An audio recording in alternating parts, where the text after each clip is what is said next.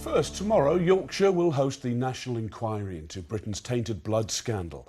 But campaigners say that by the time it actually presents its findings, hundreds more of its victims will have died. During the 1970s and 80s, thousands of haemophiliacs were infected with hepatitis C and HIV through contaminated blood products shipped in from America. Many came from drug addicts or serving prisoners. Well, some of those infected, along with those who've lost loved ones, will gather at the hearing in Leeds to seek justice over what's regarded as the worst treatment disaster in NHS history. Michael Billington has more.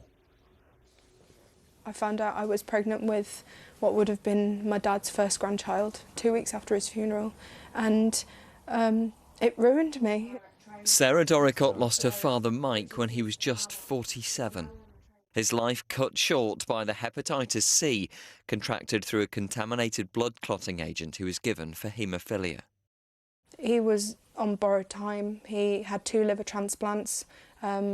Very grateful for the extra years that we got because of the transplants. But he was always saying that he was on borrowed time, and unfortunately time caught up with him. She's one of dozens of witnesses preparing to give evidence when the infected blood inquiry comes to Leeds. We just want to honour him and say that we've tried, because one of the things that my family and I wanted to do was give it all we've got, and we can say that when the inquiry's done, and even if we don't get the results that we want, that we've tried and we've worked hard to honour my dad's memory. Between the 1970s and the 1990s, blood product factor 8 was given to thousands of haemophiliacs. It had been sourced from high-risk donors like prisoners, drug addicts and prostitutes. Those affected believe authorities knew it was contaminated, but still continued to administer the treatment. In all, almost 5,000 people were infected with HIV and hepatitis. Nearly 3,000 of them have since died. Of the 1,200 people infected with HIV, just under 300 of them are still alive today.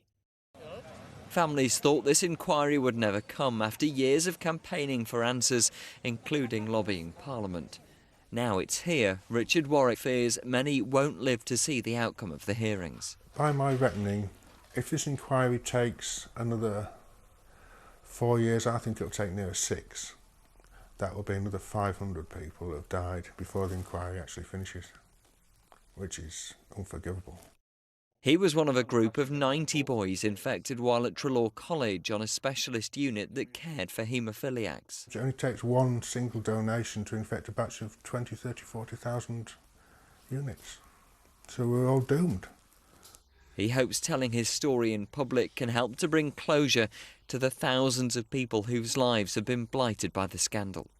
If there's a few hard truths to tell them. And that's what I intend to do. I'm just going to tell my story as a co-infected haemophiliac that should have been dead 10, 20 years ago. The chairman of the inquiry has promised a thorough examination of the evidence and will consider whether there was any attempted cover-up.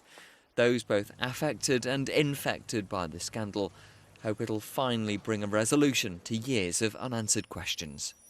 Michael Billington, ITV News.